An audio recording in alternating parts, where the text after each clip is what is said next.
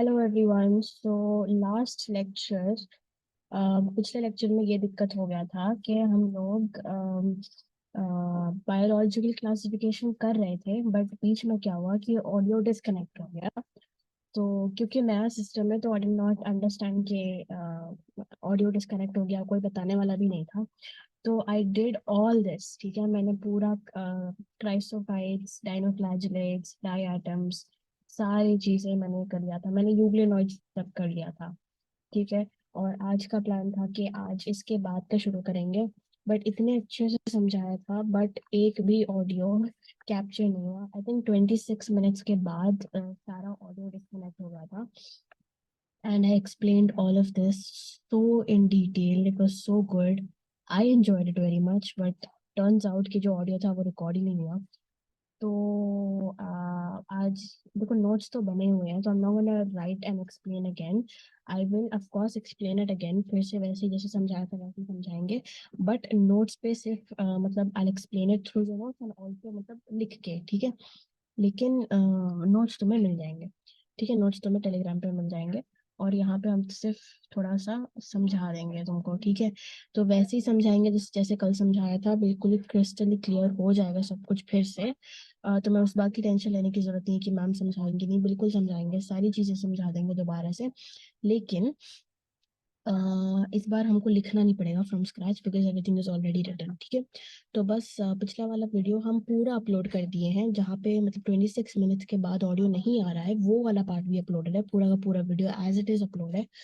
Video on करके तुम साथ साथ लेक्चर के नोट्स लिख सकते हो, and then you can come here and lecture पूरा देख लो, ठीक है। अगर तुम्हें सिर्फ नोट्स लिखने हैं तो तुम पिछले वाले वीडियो में जा सकते हो। तुम इस वाले वीडियो में भी नोट्स लिख सकते हो, but I am going be very fast, ठीक है, क्योंकि नोट्स तो लिखे हुए हैं इसलिए, ठीक है। तो उसको हम जल्दी से एक्सप्लेन कर देंगे। आई थिंक यहाँ पे ना रह गया था आर एच विटेकर का 5 किंगडम क्लासिफिकेशन, यहीं तक आया था, फाइलोजेनी तक। उसके बाद का ऑडियो कट गया था, तो हम यहाँ से फिर से समझा देते हैं, ठीक है। तो इसको ये नोट्स तो तुम्हें टेलीग्राम पे मिल जाएंगे। आज का जो हमारा प्लान था कि हम लोग किंगडम मतलब ये चैप्टर फिनिश करेंगे, वो नहीं हो पाएगा, बट कोई बात नहीं। नेक्स्ट हम लोग अगले वीडियो में कंप्लीट कर लेंगे, ठीक है। एक मिनट, एक सेकेंड, इसका ना डुप्लीकेट बनाने दो ताकि उस पर हम एनोटेट कर सकें।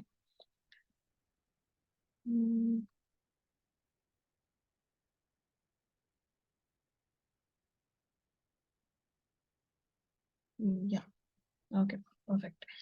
चलो,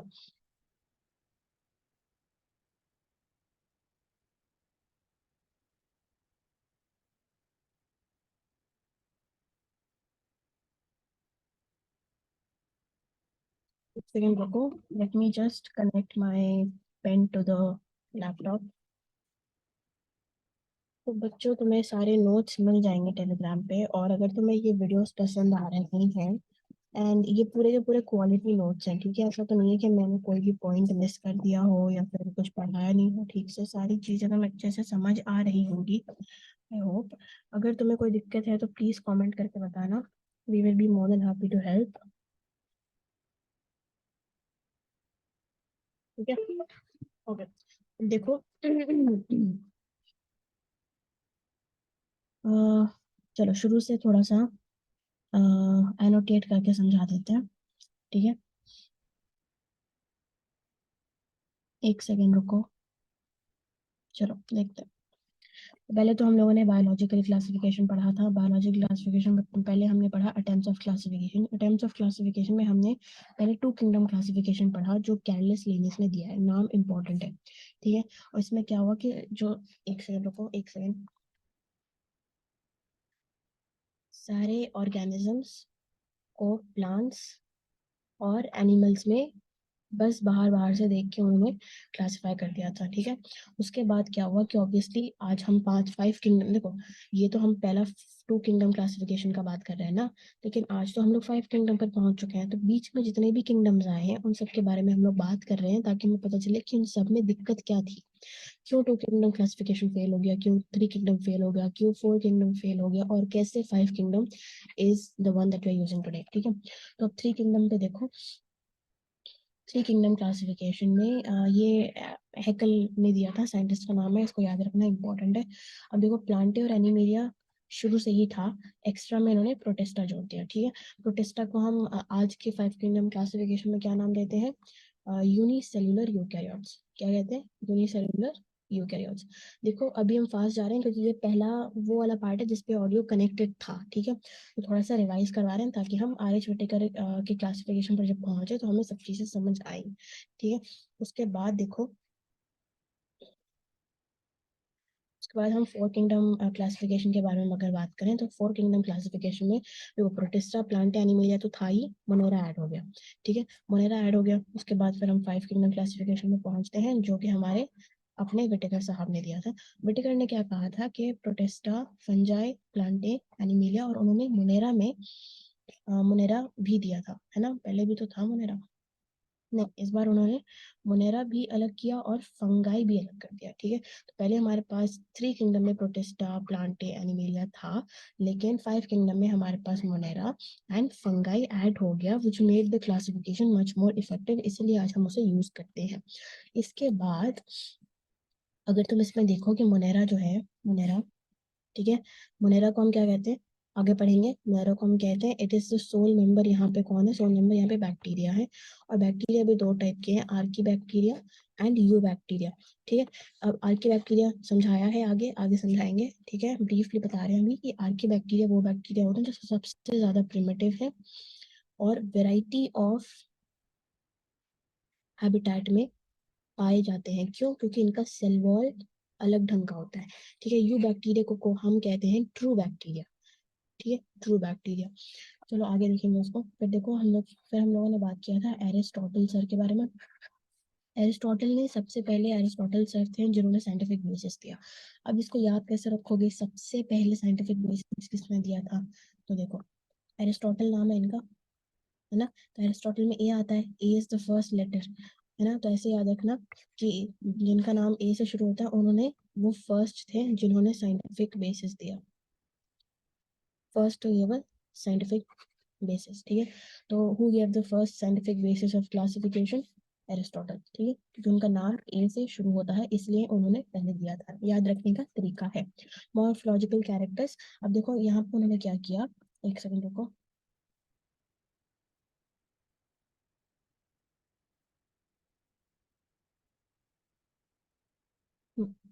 देखो,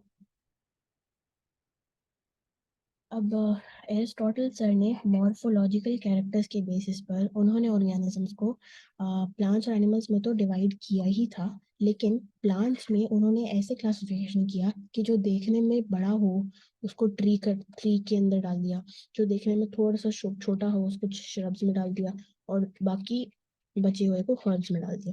ठीक है, और एनिमल्स को कैसे क्लासीफाई किया? तो तुम्हें पता है कि हर एनिमल के पास जो, मतलब सारे एनिमल्स में जो ब्लड होता है वो रेड नहीं होता। ठीक है, अगर तुमने ह्यूमंस का ब्लड देखा है, जो कि देखा ही होगा, तो उसमें तुम्हें रेड ब्लड नजर आएगा। क्यों? क्योंकि आरबीसी होती है। लेकिन कुछ कुछ ब्लड ऐसे होते हैं जैसे कि हीमोलिम्फ, हीमोलिम्फ में आरबीसी नहीं होता है, या फिर ऐसे ब्लड होते हैं जिसमें आरबीसी का कंटेंट बहुत कम होता है, इसलिए वो रेड नहीं होते। ठीक है, तो उन्होंने एनिमल्स को ऐसे क्लासिफाई किया जो रेड ब्लड है और जिनके पास रेड ब्लड नहीं है।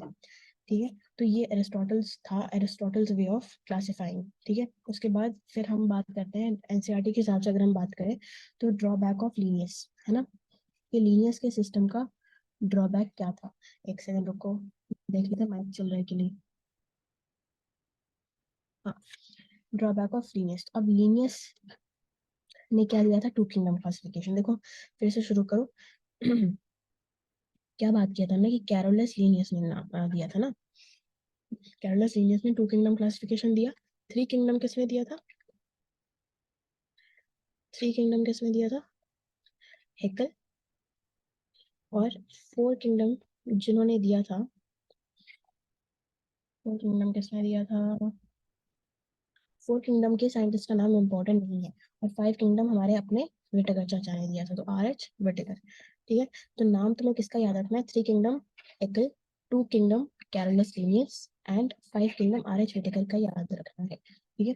तो इन्होंने क्या किया, हाँ, रीनेस साहब ने फर्स्ट, क्योंकि वो सबसे पहले क्लासिफिकेशन कर रहे थे, तो उन्होंने डायरेक्टली ऑर्गेनिजम्स को प्लांट्स और एनिमल्स में क्लासिफाई कर दिया था। लेकिन उनका ड्रॉबैक क्या था, कि क्या सारे एनिमल्स प्लांट्स एनिमल्स होते हैं यार? क्या सारे ऑर्गेनिजम्स, देखो, क्या ऑल ऑर्गेनिजम्स प्लांट्स और एनिमल्स में क्लासिफाई हो सकते हैं? बताओ, बताओ। कोई ऐसा बंदा है, ठीक है, मान लो ये हाइपोथेटिकल कोई बंदा है वाई, ये बंदा है, ठीक है, कोई वाई है, ये फोटोसिंथेसिस भी करता है। जब इसको सनलाइट मिल जाए तो ये फोटोसिंथेसिस करता है, और जब इसको सनलाइट ना मिले तो ये हेटरोट्रॉफिज्म शो करता है। ठीक है।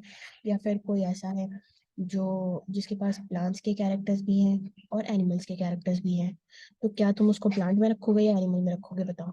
तुम्हें नहीं पता।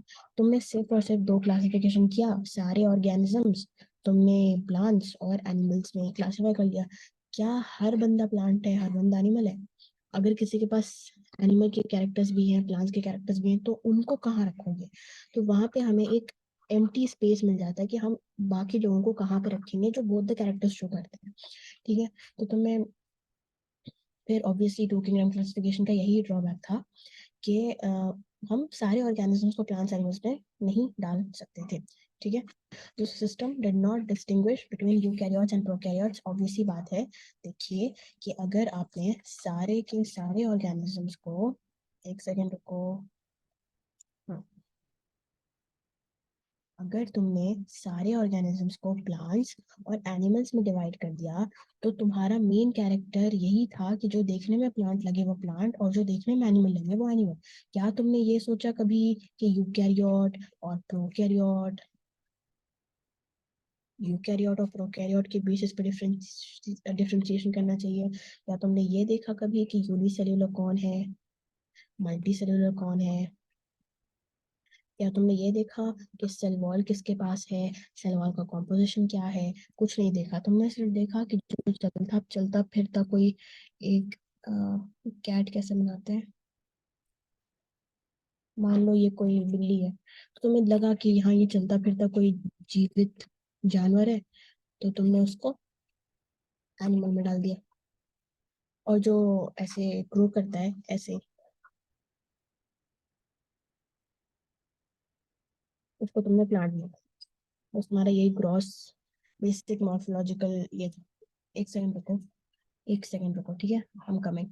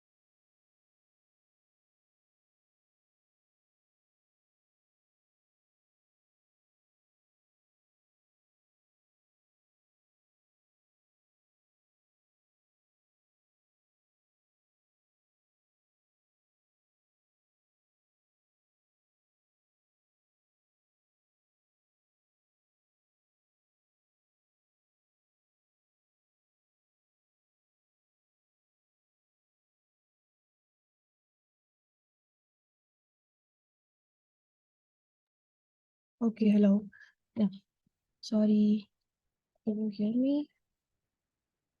आवाज आ रही है? एक सेकंड रुको। हेलो। Okay, so sorry. एक सेकंड। या सॉरी, गेट पे कोई आ गया था तो I had to go. I am alone in the house, तो इसलिए कोई है नहीं यहाँ पे। ठीक है, ओके, स्टार्ट करते हैं। तो हम क्या बोल रहे थे कि जो तुम्हें देखने में लगा कि ये घूमता फिरता एक एनिमल है, तुमने उसको एनिमल में डाल दिया। और जो ग्रो कर रहा है सॉइल में, जो सॉइल में ग्रो कर रहा है, तुमने उसको प्लांट में डाल दिया। बाकियों का क्या, जो इनमें से किसी कैरेक्टर को फॉलो नहीं करते, या इनमें से दोनों कैरेक्टर को फॉलो करते, तो उनका क्या? तो उनका हमने इसलिए ये जो क्लासिफिकेशन है वो फेल कर गया, है ना? ऑब्वियस सी बात है कि आपने कुछ देखा ही नहीं, आपने नहीं देखा कि यूनिसेलुलर है मल्टी सेलुलर है, आपने नहीं देखा कि फोटोसिंथेसिस करता है या नहीं करता है, हमने नहीं देखा, इसलिए ये फेल कर गया। अब देखो, हम यहाँ पे ये सब जो ना, ये एक्स्ट्रा बता के हम क्या कर रहे थे, हम ये बताने की कोशिश कर रहे थे कि देखो, ये शायद इस पे तो ऑडियो था, बट ये देख लो एक बार कि अगर तुम्हें क्लासिफिकेशन करना है, ठीक है, तो पहले तुम जानो कि क्लासिफिकेशन क्यों करते हैं हम लोग। क्लासिफिकेशन इसलिए करते हैं ताकि हम उन ऑर्गेनिजम्स को ग्रुप कर सकें जो एक साथ एक कैरेक्टर्स रखते हो, सिमिलर कैरेक्टर्स रखते हो, है ना? तो मान लो तुम्हारे पास शेप्स हैं ऐसे, ठीक है, तुम्हारे पास ऐसे ये बिखरे पड़े हैं एक जगह, तुम्हें इसे एक डब्बा में डालना है, या तुम इसको सारे के सारे एक बॉक्स में डाल दोगे, या अलग अलग बॉक्स में डालोगे? अलग अलग बॉक्स में डालोगे ना, कि जो हेक्सागन है वो एक साथ रहे, जो सर्कल है वो एक साथ रहे, जो ट्रायंगल है वो एक साथ रहे, जो स्क्वायर है वो एक साथ रहे, ताकि तुम्हें जब भी जरूरत हो तो तुम एक डब्बा लेकर उस पर प्रॉपरली रिसर्च कर सको। यही मतलब होता है ना। तो अगर तुम्हारे क्लासिफिकेशन में ये सारी चीजें, मतलब ये फैसिलिटेट ही नहीं कर रही है, तुम्हारा जो क्लासिफिकेशन है, तुम्हारा जो मोड ऑफ क्लासिफिकेशन है, वो ये फैसिलिटेट ही नहीं कर रहा है कि जब तुम्हें जरूरत हो तब तुम एक टैक्सॉन को या फिर एक ग्रुप को उठाकर उस पर रिसर्च कर सको। क्योंकि तुम्हारे क्लासिफिकेशन के हिसाब से तुमने ना प्रोकैरियोट, ना यूकैरियोट, ना यूनिसेलुलर, ना मल्टी सेलुलर पे ध्यान दिया, तुमने सिर्फ प्लांट और एनिमल करके उसको ग्रुप कर दिया। तुम्हारा क्लासिफिकेशन का जो मेन पर्पस है वो ही डिफीट हो गया। तो कोई फायदा नहीं हुआ तुम्हारे क्लासिफिकेशन का, इसलिए हमें एक बेटर सिस्टम चाहिए, है ना? एक सेकेंड, इसको क्या हो गया? हाँ, ठीक है, आगे बढ़ते हैं।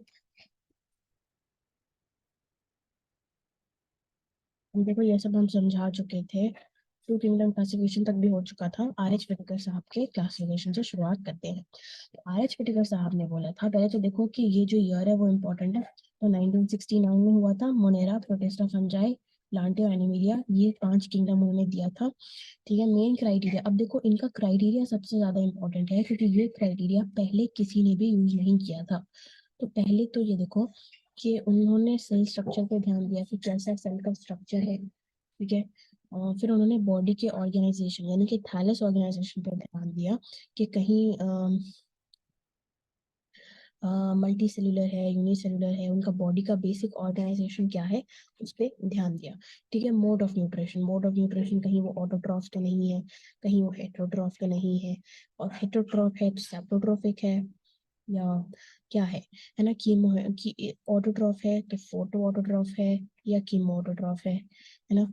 तो इन सब चीजों पे उन्होंने ध्यान दिया। फिर उन्होंने क्या दिया कि रिप्रोडक्शन कैसे होता है, रिप्रोडक्शन पे ध्यान दिया। फिर एक इम्पॉर्टेंट कैरेक्टरिस्टिक था फाइलोजेनी, एवोल्यूशनरी रिलेशनशिप पे भी ध्यान दिया कि एवोल्यूशन के थ्रू वो लोग कैसे कनेक्टेड है ना?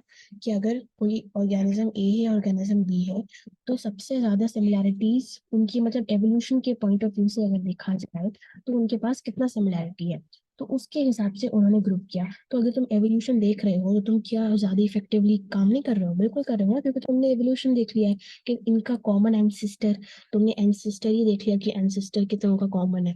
अगर ए और बी में मैक्सिमम चीजें कॉमन है इन एवोल्यूशन के पॉइंट ऑफ व्यू से, तो क्या वो सबसे ज्यादा एक जैसे नहीं हुए? तो तुम उसे एक ग्रुप में रखोगे, एक टैक्सॉन में रखोगे, है ना? यही था। ठीक है, तो यहाँ पे मेन इम्पोर्टेंट बात क्या है, उनका क्राइटेरिया। ठीक है, देखो, क्राइटेरिया ज्यादा इम्पोर्टेंट है, और क्राइटेरिया में फाइलोजेनी, मतलब ये सारे इंपॉर्टेंट है, ठीक है, सारे क्राइटेरिया इंपॉर्टेंट है, और बस ये इंपॉर्टेंट है, सही है। चलो, अब आगे बढ़ते हैं। तो हमने एनसीईआरटी में एक लाइन भी दी हुई, 3 डोमेन क्लासिफिकेशन के बारे में, क्या? 3 डोमेन क्लासिफिकेशन के बारे में। थ्री डोमेन का कुछ मतलब नहीं होता है बेसिकली। देखो, थ्री डोमेन का क्या मतलब होता है कि जो तुम्हारे पास फाइव किंगडम है, उस फाइव किंगडम में जो पहला वाला जो किंगडम है उसको तुमने दो में डिवाइड किया। आर्की बैक्टीरिया, एक सेकेंड रुको।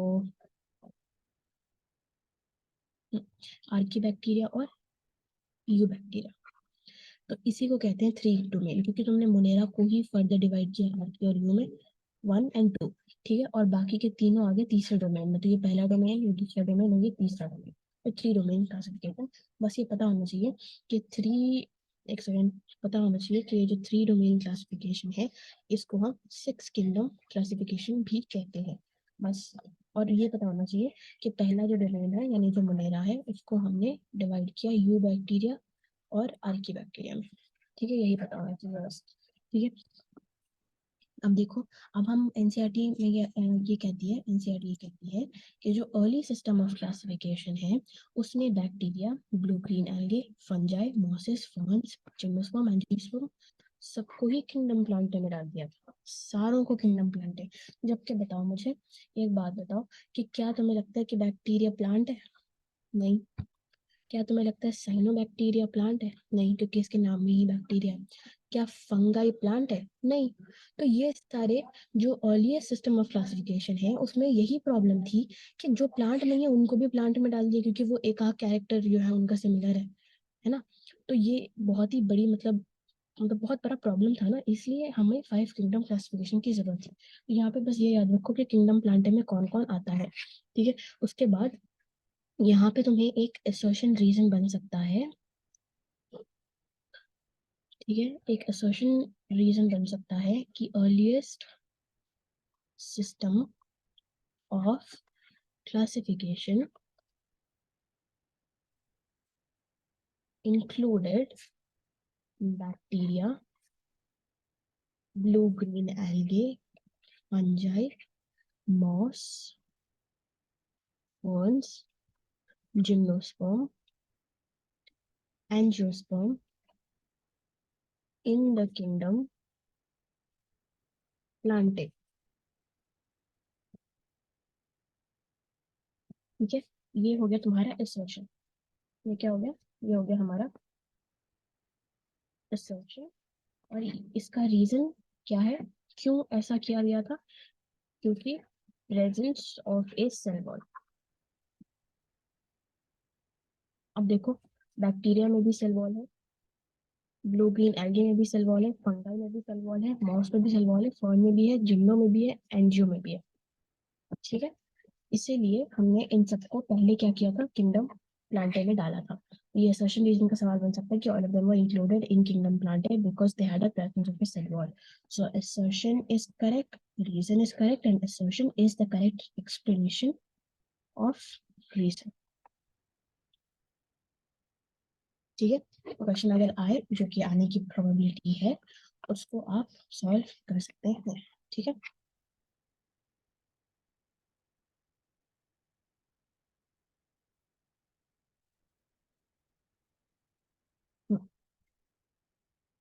अब देखिए, पहली तो ये था कि अर्लियर सिस्टम ऑफ क्लासिफिकेशन ने ये सारा काम किया, इन सबको किंगडम प्लांटे में डाल दिया था। अब अर्लियर सिस्टम ऑफ क्लासिफिकेशन ने क्या किया था, दूसरा काम ये किया था कि जो क्लामाइडोमोनास है उसको हम, क्लामाइडोमोनास और स्पाइरोगेरा को साथ में हम लोगों ने एल्गे में डाल दिया था। और फंगाई और प्लांट, ओके, इन दोनों के पास सेल वॉल है। ठीक है, लेकिन इनका जो सेल वॉल का कॉम्पोजिशन है वो अलग है ना। देखो, फंगाई, जो फंगाई है उसका जो सेल वॉल कॉम्पोजिशन है वो बना हुआ है काइटिन से। ओके, इसको अलग पेज पर समझा देते हैं। देखो, जो फंगस है उसका जो सेल वॉल है, उसके सेल वॉल का जो कॉम्पोजिशन है, उसके सेल वॉल का कॉम्पोजिशन क्या है, काइटिन, मतलब काइटिन से बना हुआ है ना। काइटिन किसका पॉलीमर है? एन एसिटाइल,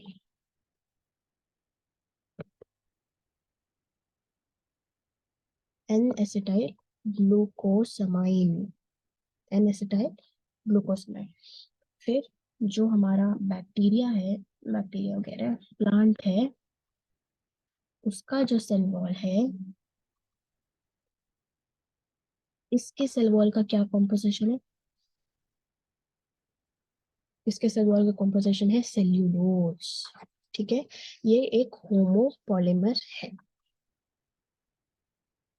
ठीक है, तो ये बस याद रखना कि फंगस के पास भी सेल वॉल है और प्लांट के पास भी सेल वॉल है, लेकिन इनका कॉम्पोजिशन अलग है। Composition for sale wall of fungus, fungus के सेल वॉल का कॉम्पोजिशन है काइटिन, और प्लांट के सेल वॉल का कॉम्पोजिशन है सेल्यूलोज। ठीक है, काइटिन का पॉलीमर होता है एन एसिटाइल ग्लूकोसामाइड, याद रखेंगे। ठीक है, तो ये हो गया हमारा, हो गया, हो गया। अब हम देखो किंगडम मोनेरा, किंगडम मोनेरा पे बात करते हैं। ठीक है, तो किंगडम मोनेरा जो है, इसके जो सोल मेंबर्स है हमारे पास वो है बैक्टीरिया, यानी कि इस किंगडम में, दिस किंगडम इज स्पेशल और बैक्टीरिया। मतलब इस किंगडम में सिर्फ और सिर्फ तुम्हें बैक्टीरिया ही मिलेंगे, तुम्हें और कोई ऑर्गेनिज्म नहीं मिलेगा। Kingdom Monera. तो आज के बाद तुम्हें कोई भी पूछे कि किंगडम मोनेरा में कौन होते हैं, तुम्हारा डायरेक्ट आंसर आना चाहिए बैक्टीरिया। दैट्स इट, कोई और ऑर्गेनिज्म नहीं होता है। ठीक है, तो sole members of bacteria, sole members of Monera are bacteria. ठीक है, और अब देखो, ये जो किंगडम है बहुत ही डाइवर्स किंगडम है। ठीक है, किंगडम मोनेरा बहुत ही डाइवर्स किंगडम है। क्यों? क्योंकि इसमें बैक्टीरिया पाए जाते हैं। और देखो, अभी अभी अभी के अभी देखो, try to name places where you can find bacteria, even as you are studying right now. तुम्हारे मतलब बहुत,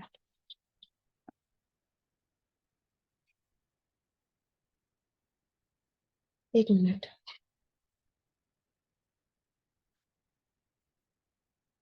या तुम्हारे बॉडी में ही न्यूमरस बैक्टीरिया है ना, न्यूमरस बैक्टीरिया है, बिल्कुल है।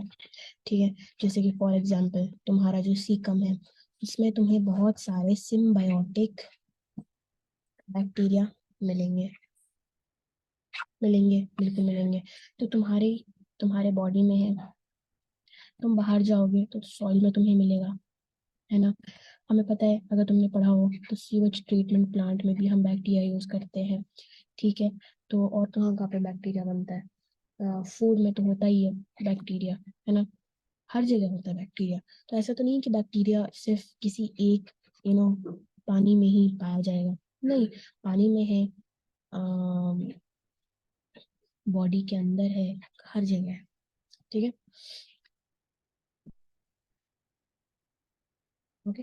सो बैक्टीरिया, क्योंकि इसमें बैक्टीरिया है तो तुम्हें पता है कि बैक्टीरिया इज फाउंड एवरीवेयर, है ना। तो kingdom Monera sole members are bacteria, most diverse. क्यों? क्योंकि फाउंड एवरीवेयर, फाउंड एवरीवेयर। अब देखो,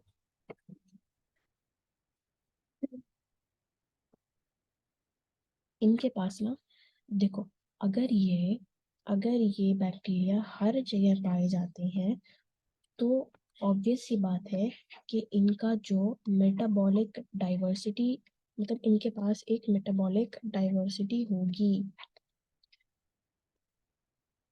तभी तो ये हर जगह सरवाइव कर सकते हैं, है ना। तो हम क्या लिखते हैं, एक्सटेंसिव मेटाबॉलिक,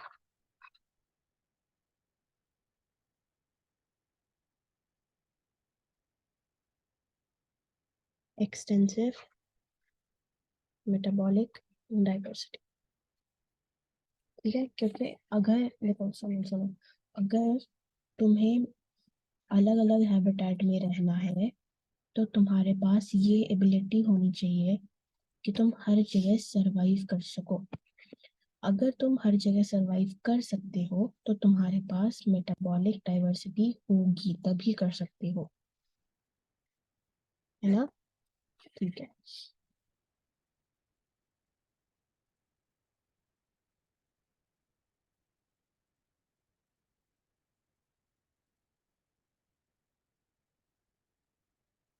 ठीक है।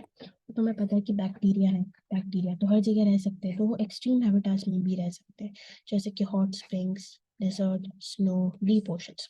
ठीक है। यहाँ पे तुम्हें कोई और ऑर्गेनिज्म नहीं मिलेगा।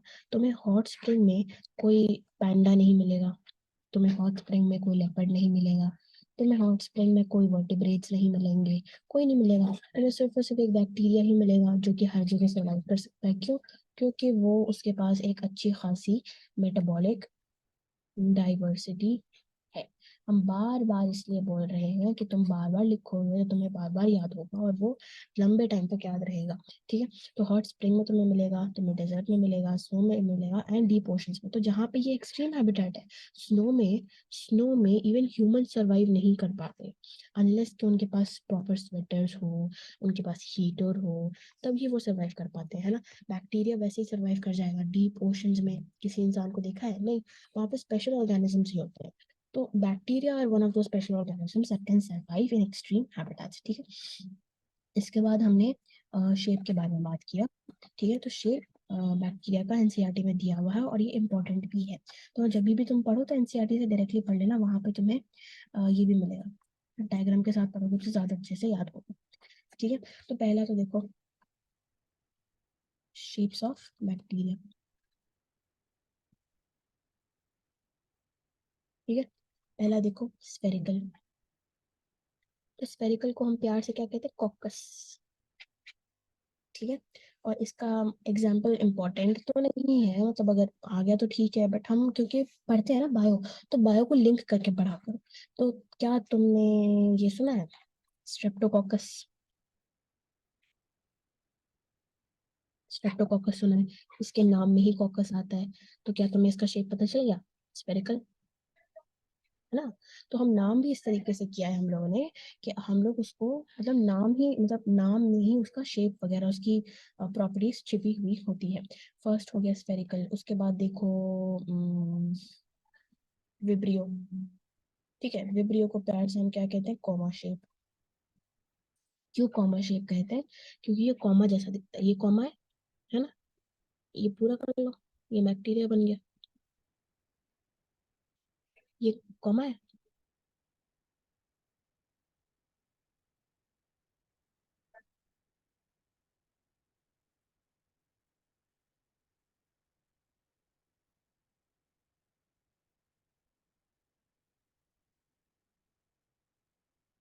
ठीक है। ठीक है ना। ये हो गया विब्रियो।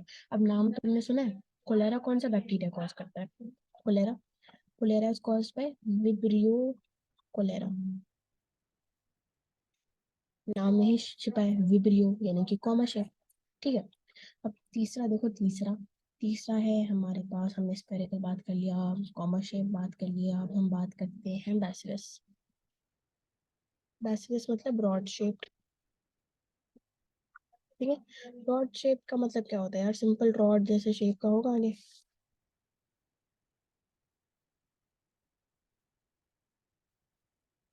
है ना। तो ये जो रॉड शेप है, जैसे कि नाम अगर तुमने सुना हो, बीटी कॉटन सुना है? BT cotton. ये बीटी कॉटन कहाँ से आता है? जो बीटी जो जीन है, BT, cry one A B, cry two A C, cry one A C, ये सारे जो जीन्स है वो तुम्हें बैसिलस थुरिंजेसिस से मिलते हैं। किससे मिलते हैं? तो बैक्टीरिया बैसिलस थुरिंजेसिस। ठीक है। अगर तुम ये नाम पहली बार सुन रहे हो तो कोई बात नहीं, आगे जाके तुम बायोटेक्नोलॉजी में पढ़ोगे। बेसिलस थुरिंजेसिस बहुत फेमस एग्जाम्पल है ये। ठीक है। बेसिलस देखो नाम में ही है इनका शेप। ठीक है। तो बेसिलस हो गया। अब देखते हैं हम लोग,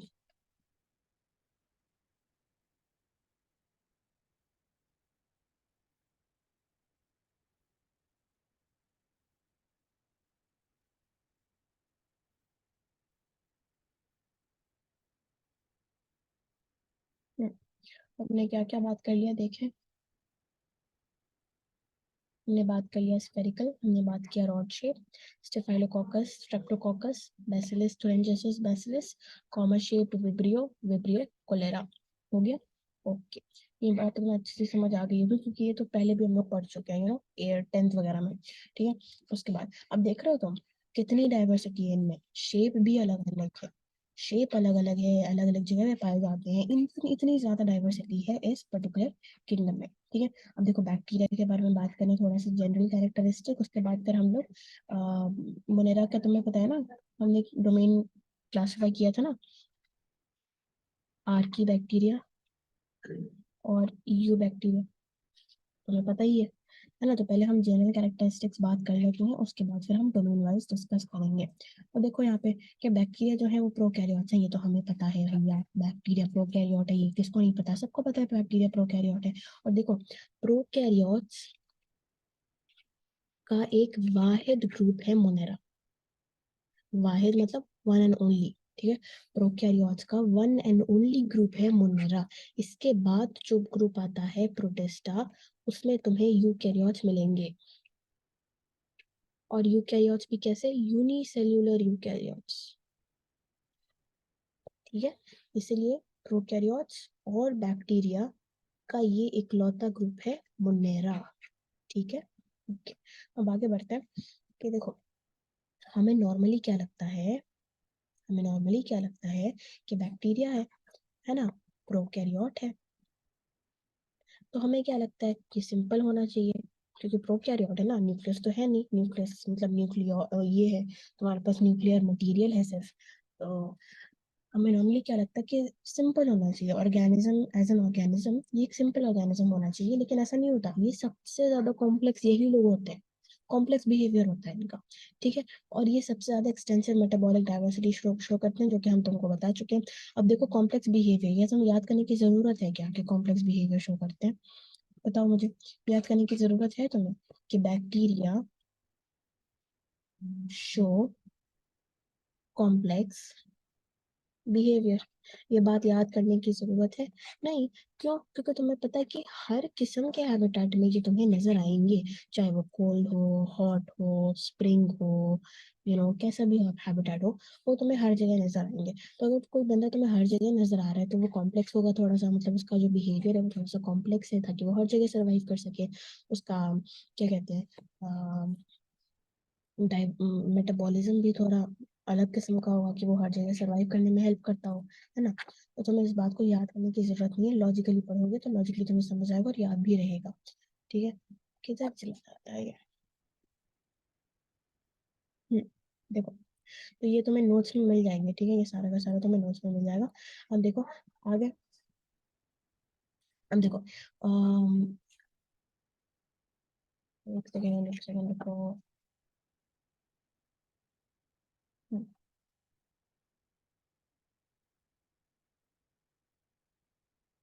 अब देखिए यहाँ पे, देखिए ये देखिए, देखिए जो बैक्टीरिया होते हैं वो ऑटोट्रॉफ्स भी होते हैं और हेटेरोट्रॉफ भी होते हैं, है ना। जो ऑटोट्रॉफ, ऑटोट्रॉफ का मतलब क्या होता है, अपना खाना खुद बनाओ, अपना खाना। यार एकदम इतना स्लांटिंग लिख रहा है, तुम लोग भी छोड़ के चले जाओगे कि यार कैसा पढ़ाती है ये। तो एक सेकंड हम ठीक ठाक से लिख लें, ताकि तुम लोग को अजीब ना लगे, है ना, जल्दी जल्दी के चक्कर में ये सब होगा। बैक्टीरिया होता है ऑटोट्रॉफ और हेटेरोट्रॉफ। ऑटोट्रॉफ का मतलब क्या होता है, अपना खाना खुद बनाओ,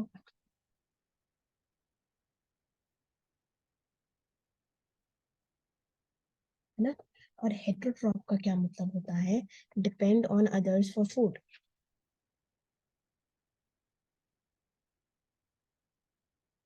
ठीक है, तो जो हमारे पास ऑटोट्रॉफ होते हैं, इधर जो हमारे पास ऑटोट्रॉफ्स होते हैं वो दो टाइप के होते हैं, photo autotrophs and chemo autotrophs. यानी ऐसे ऑर्गेनिजम्स जो सनलाइट का प्रयोग करके अपने लिए फूड बनाए, वो है फोटो ऑटोट्रॉफ्स। मेरी बात सुनो, पूरे के पूरे साइंस में, ठीक है, पूरे के पूरे साइंस सब्जेक्ट में फिजिक्स हो, केमिस्ट्री हो या बायोलॉजी हो, जब भी फोटो वर्ड का इस्तेमाल हो तो उसका समझ जाना कि उसका क्या मतलब होता है, सनलाइट। यूनिवर्सल रूल है ये कि जब भी हम फोटो यूज करें तो उसका मतलब क्या होता है, सनलाइट। ठीक है, समझ गए? ठीक है, तो जो फोटो ऑटोट्रॉफ, नाम से पता लगाओ क्या काम करता है। नाम से पता लगाइए कि फोटो ऑटोट्रॉफ, ऑटोट्रॉफ का क्या मतलब होता है, to make their own food. Photo autotroph का क्या मतलब होता है, to use sunlight to make your own food. ठीक है, तो when you use sunlight to make your own food you are a photo autotroph. ठीक है, but when you use chemicals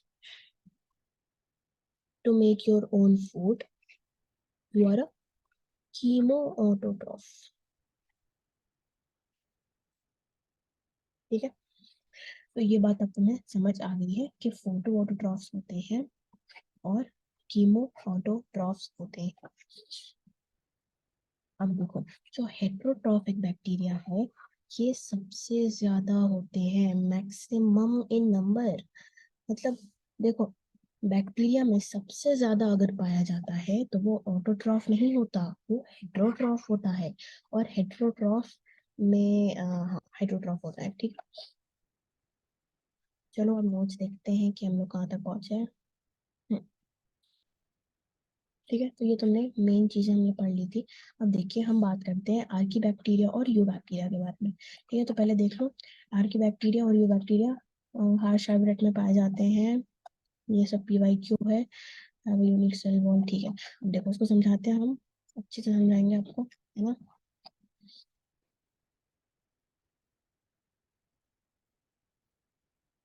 देखो, हम फिर से बता रहे हैं, बार बार लिखवा के, बार बार चिल्ला चिल्ला के समझाएंगे ताकि तुम्हें याद हो जाए। और तुम बार बार सुनो, ऐसा नहीं कि तुमने एक बार सुन लिया तो तुम अगली बार स्किप कर जाओ, नहीं, हर बार सुनो ताकि तुम्हें बार बार लिखना पड़े, बार बार लिखना पड़े तो बार बार लिखो, नहीं तो सुन लो कम से कम, तो तुम्हें याद हो जाएगा कि जो मुनेरा है वो डिवाइडेड है आर्की बैक्टीरिया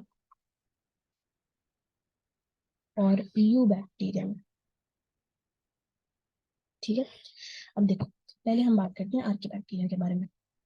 आर्की बैक्टीरिया, देखो नाम से पता लगाओ काम क्या करता है, आर्की। आर्की क्या, कभी तुमने सुना आर्कियोलॉजिस्ट क्या करते हैं ये लोग, बेसिकली हिस्ट्री पे काम करते हैं। हिस्ट्री तो नहीं कह सकते, बट हाँ, जो मतलब फॉसिल्स वगैरह पे काम करते हैं, आर्कियोलॉजी फॉसिल्स वगैरह पे जो काम करते हैं, बेसिकली पास्ट के बारे में ज्यादा रिसर्च करते हैं, वो आर्की बैक्टीरिया।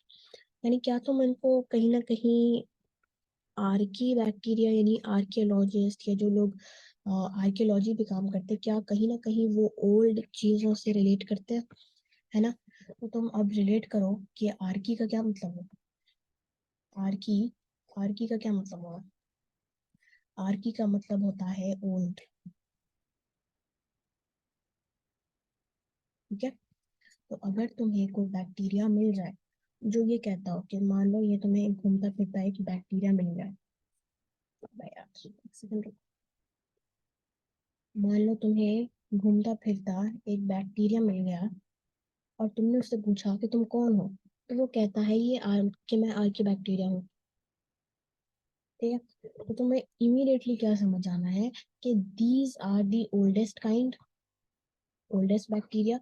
और ये समझ जाना है कि क्योंकि ये सबसे पुराने हैं बेचारे, बहुत पुराने हैं, तो ये हर जगह मतलब इनको एक्सपीरियंस है। ऐसे समझो कि जो हमारे बुजुर्ग लोग होते हैं, जो हमारे ओल्ड लोग होते हैं, जो ओल्ड होते हैं ना, उनके पास बहुत एक्सपीरियंस होता है ना। वो अलग अलग जगह पे घूम के आ चुके होते हैं, उन्होंने अलग अलग चीजों को एक्सपीरियंस किया होता है लाइफ में। तो जो हमारे ओल्ड बैक्टीरिया यानी कि जो हमारा आर्की बैक्टीरिया होता है, वो वेराइटी ऑफ हैबिटेट में पाया जाता है। जब भी तुम्हें आर्की बैक्टीरिया, कहीं भी तुम्हें आर्की बैक्टीरिया मिले, तुम उससे पूछो कि तुम कौन हो, तो वो बोलेगा मैं आर्की बैक्टीरिया हूँ। तो तुम्हें याद रखना है कि ओल्डेस्ट है और ये वेराइटी ऑफ हैबिटेट में मिलता है, मतलब एक्सट्रीम हैबिटेट में मिलता है। ये वाले बैक्टीरिया हैं जिनको मैंने बताया था कि एक्सट्रीम कंडीशंस में पाए जाते हैं, ये वाले बैक्टीरिया हैं। कौन से एक्सट्रीम कंडीशंस हो गया, मान लो कहीं पे बहुत ज्यादा नमक है, हेलोफाइल्स, ये ऐसे बैक्टीरिया होते हैं। फाइल का क्या मतलब होता है, कहीं भी, पूरे साइंस में जब पूरी जिंदगी में तुम्हें कभी भी फाइल वर्ड नजर आ गया, तुम्हें कहीं भी फाइल वर्ड नजर आ गया, तो तुमको बस ये समझ जाना है कि फाइल का क्या मतलब होता है, लविंग। केमिस्ट्री के हिसाब से देखो कि इलेक्ट्रोफाइल, तो इलेक्ट्रॉन फाइल मतलब लविंग, तो यानी कि इलेक्ट्रॉन लविंग स्पीशीज। ठीक है, अभी फिर से स्लांटिंग हो रहा है, तो माफ करना। ठीक है, तो मान लो इलेक्ट्रोफाइल को तुम कैसे डिनोट करते हो, ई प्लस है ना। तो ई इसके पास खुद एक प्लस चार्ज है, तो क्या ये माइनस चार्ज पर अट्रैक्ट होगा? बिल्कुल होगा। तो electrophile are electron loving species, तो उसको चाहिए इलेक्ट्रॉन, उसको नेगेटिव चार्ज चाहिए। ठीक है, तो वो इलेक्ट्रॉन की तरफ खींचा हुआ चला जाता है, क्योंकि वो खुद पॉजिटिव है ना। वैसे ही न्यूक्लियोफाइल, देखिए न्यूक्लियोफाइल, अब न्यूक्लियो यानी कि न्यूक्लियस, और फाइल यानी कि लविंग। ठीक है, तो अब देखो कि न्यूक्लियस न्यूक्लियस जो होता है, न्यूक्लियस पे ओवरऑल एक पॉजिटिव चार्ज होता है। तो न्यूक्लियस लविंग यानी कि न्यूक्लियोफाइल को तुम ऐसे डिनोट करते हो, NU माइनस। अगर इसके पास खुद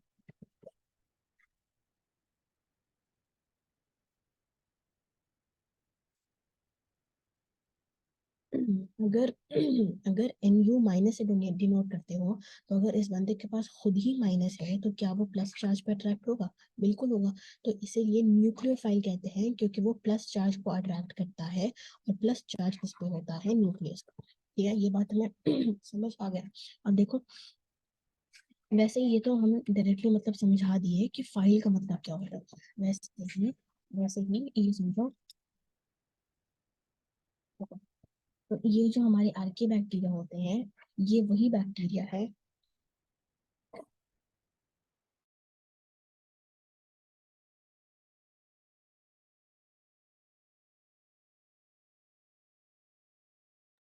ओके, जो आर्की बैक्टीरिया होता है, ये वही बैक्टीरिया होते हैं जो कि जो कि एक्सट्रीम कंडीशंस में पाए जाते हैं। ओके, कौन से कंडीशंस में? ठीक है, एक second.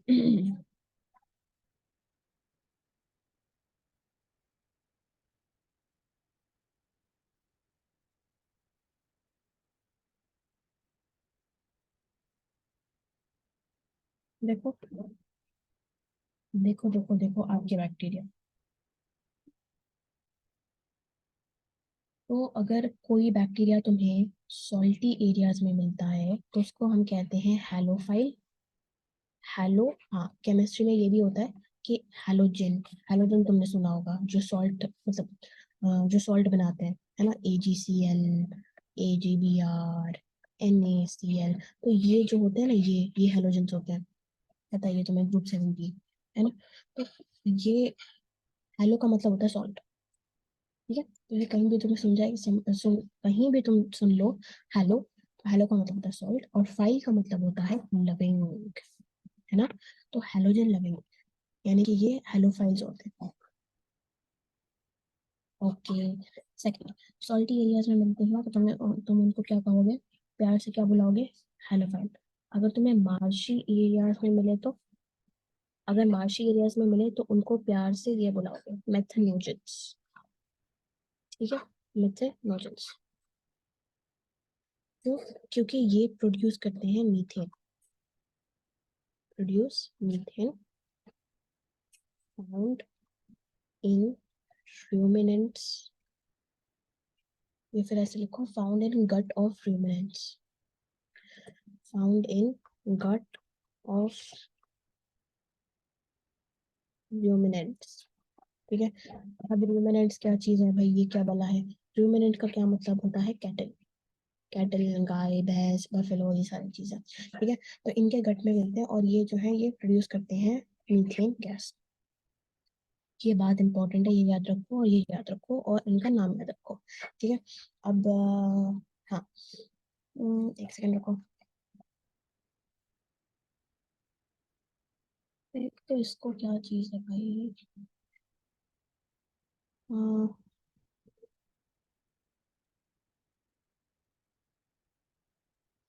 gut of ruminants responsible for the production of biogas from the dung of cattle. तो ये बात याद रखना कि they are responsible for the production of biogas from the dung of cattle.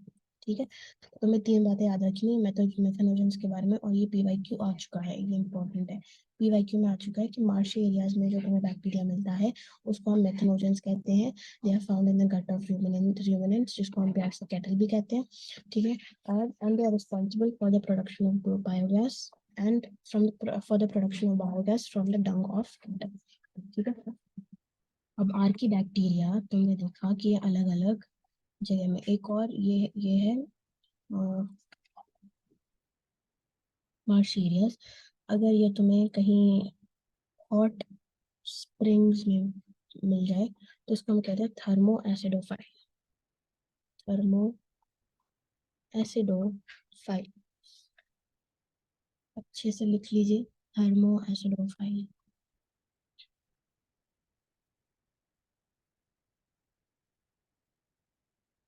देखो फाइल का क्या मतलब होता है, लविंग। थर्मो एसिडो यानी कि ये टेम्परेचर एंड एसिड, ये वो बैक्टीरिया है जो टेम्परेचर और एसिड दोनों को टॉलरेट कर सकता है, दोनों से प्यार करता है। तो इसको हम कहते हैं थर्मो एसिडोफाइल्स। ठीक है,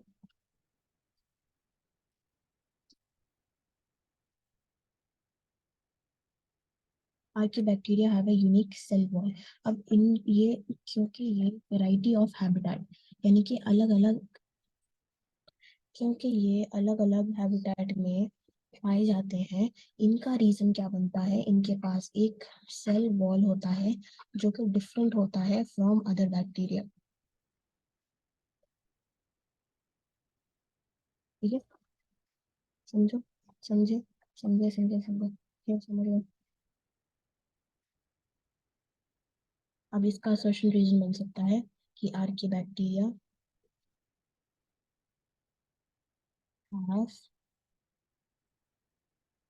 नहीं, Archie bacteria can survive in extreme habitats.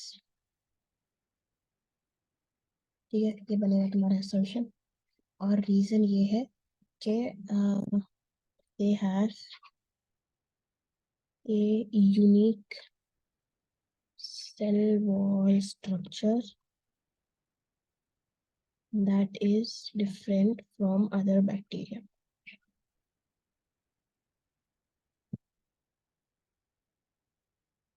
ठीक है, तो assertion is correct, reason is correct, and assertion is the correct explanation of reason.